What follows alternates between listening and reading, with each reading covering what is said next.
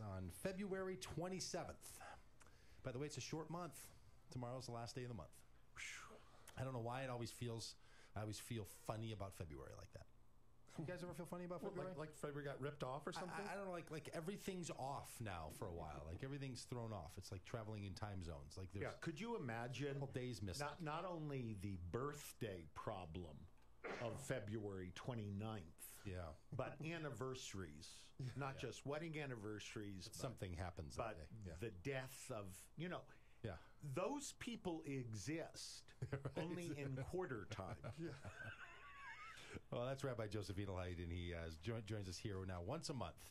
The fourth Sunday becomes almost a religious holiday around here. The fourth Sunday of every month, conversation with Joseph Edelheit. And we were chatting here during the break, and we're going to talk about what's going on in the Middle East and in Northern Africa. And there's a lot of controversy around this, and religious people are put in a funny place when it comes to this. Anytime there's global events, first of all, and anytime there are events that involve the Middle East, it makes funny fabric for religious people. Funny is not maybe the word I would use. Yes. Complex. Quirky. Dangerously ambiguous. So are we really jumping up and down doing somersaults over the revolts for democracy?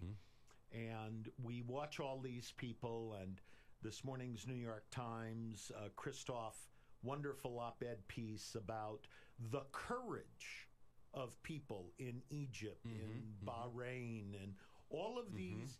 And then all of a sudden you kind of go, well, wait a minute.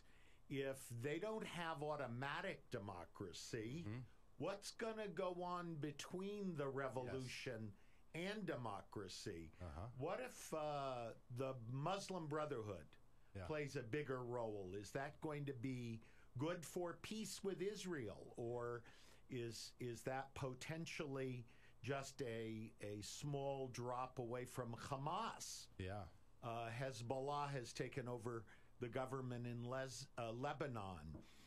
So as we watch all this going, if you don't have a predilection toward religious pluralism, that's an idiom you like, Doug. I do like it. If you don't feel comfortable with multiple truths, how are you going to feel about all these Muslim countries evolving in real time? It raises an interesting question. I heard a conservative a Christian fella say this week that, biblically speaking, as these folks would like to do, he would claim a perspective from the Bible. He would say, biblically speaking, what the Egyptians are doing is inappropriate and wrong, because you're supposed to live under whatever authority God has put over you. And to revolt against the authority over you is to revolt against God. Well, I don't know what he would do with the revolution. I was about to say, he's not an originalist with the U.S. Constitution then. Sure. But there's this perspective, and what happens is when some big event is brought to our attention, people start to ask themselves questions about, well, what does this do to my fundamental understanding of the world? Right. And for a religious person, that starts to then push up against how much of the world they think is ordained and aligned in agreement with what God would have someone to do. Right. And that's what makes people start to get nervous, not just because the goals might be different or the anticipation, but somehow all this change might mean that things are running rampant and out of control now. Oh, I've been reading some websites of Christian Zionists.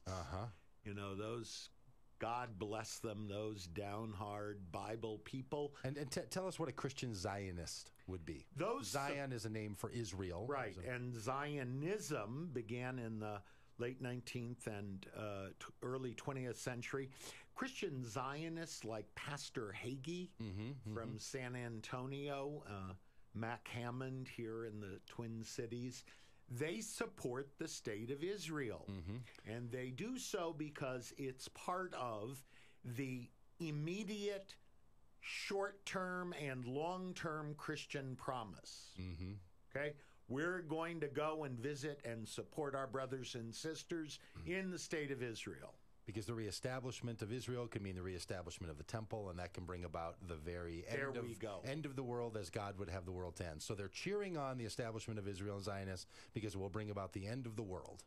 And the right people will be on the right side of that and the wrong people on the wrong side. That's how the argument goes. And now all those groups also seem to be tragically involved in various forms of Islamophobia. Yeah, because Islam seems to be the enemy of the establishment of Israel, and this is why so many people are so many of those conservative Christian types bring objection against any movement that would support Islam as a viable alternative in the world. And so now religious pluralists get to watch little videos creeping Sharia.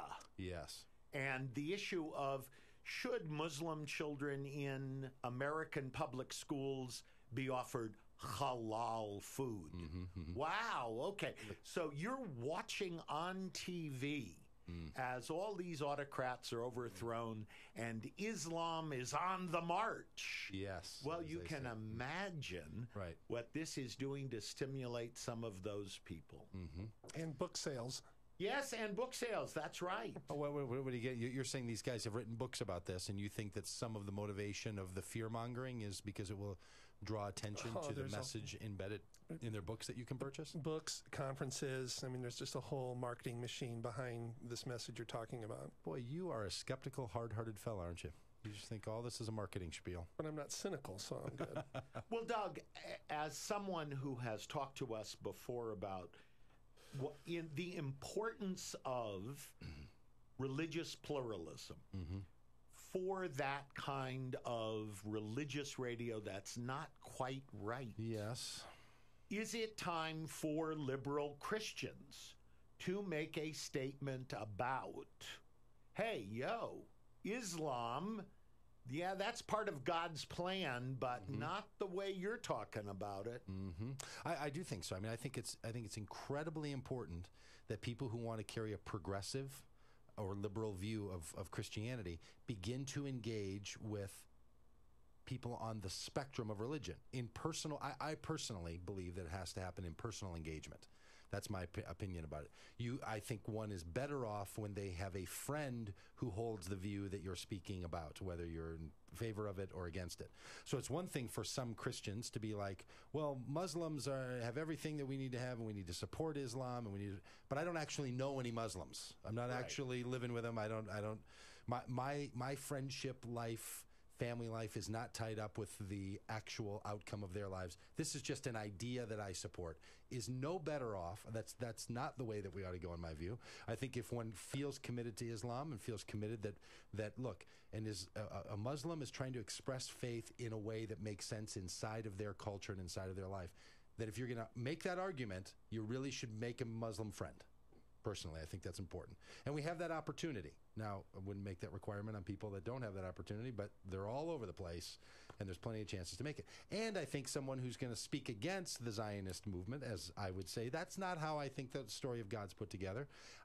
I try to commit myself to having friends who do hold that view so that I only become so cynical or nasty about it. Had to have that always be moderated by the fact that I have a friend who believes that for reasons that make sense to him or her. That means that if we're going to push people to engage at that first order level, person to person, friend to friend, that means that leaders on pulpits in various institutions have to now take, during this very history-making time, they're going to have to take the role of saying, whoa. This is not just about politics. Right. This isn't just about politics and ideas. Right. This is also how are we going to live as progressive religious people after these events. Because the alternative is that we live as religious people of a previous age.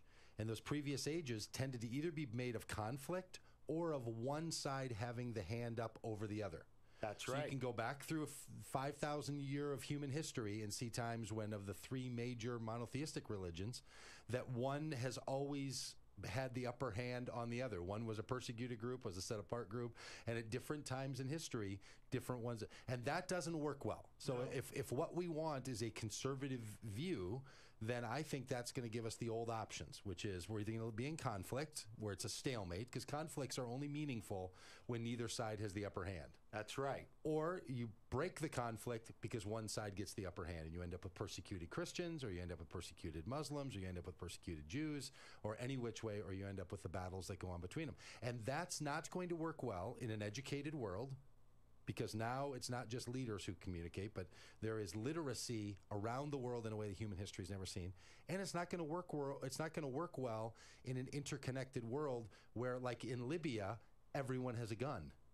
Like, the consequences are high now, and where some countries have the ability to enact force upon another. The stakes are a little high for that. And we can't merely say Gaddafi needs to go because of two or three lines. Right. We have to be people who have patience and perspective. Okay? So if Tunisia, Libya, Egypt, Yemen, however this plays out over the next 6, 12, 18 months, we as progressive religious people have to look through our own catalog of literacy. Oh, nice, yeah. It's a time to spend making sure we know more about what we're talking about. Yes, not less. There were Jewish communities in Tunisia, in Libya, in Egypt. They all had to flee and go to Israel at various times during the last 65 years. What does it mean that would these Jews from North African communities now choose to go back if there weren't a dictator? Yeah, and what's interesting, I think, about the revolutions that are happening in these places is they, for the most part, are coming out of a desire for some kind of a secular government. So now you have secularism as the fourth idea inside this mix. That now it's not just the three monotheistic religions that tend to be most powerful in the parts of the world that we're talking about, but now you have this rising secularism. And now the religious communities have to learn how not to only have interfaith dialogues, but dialogue within secularism, that in the United States, 200 years of democracy, we're still figuring that out. Right? How do you have a vibrant Christian life inside the context of a powerful secular society? And okay, we're going to carry this over to the next segment. Okay, Jason's going to bring us out. We're going to be back with the rabbi, and we're going to use this for our right on when we come back. So hang tight, and we're going to be back here on Doug Pagitt Radio on AM 950, the voice of Minnesota. It's often said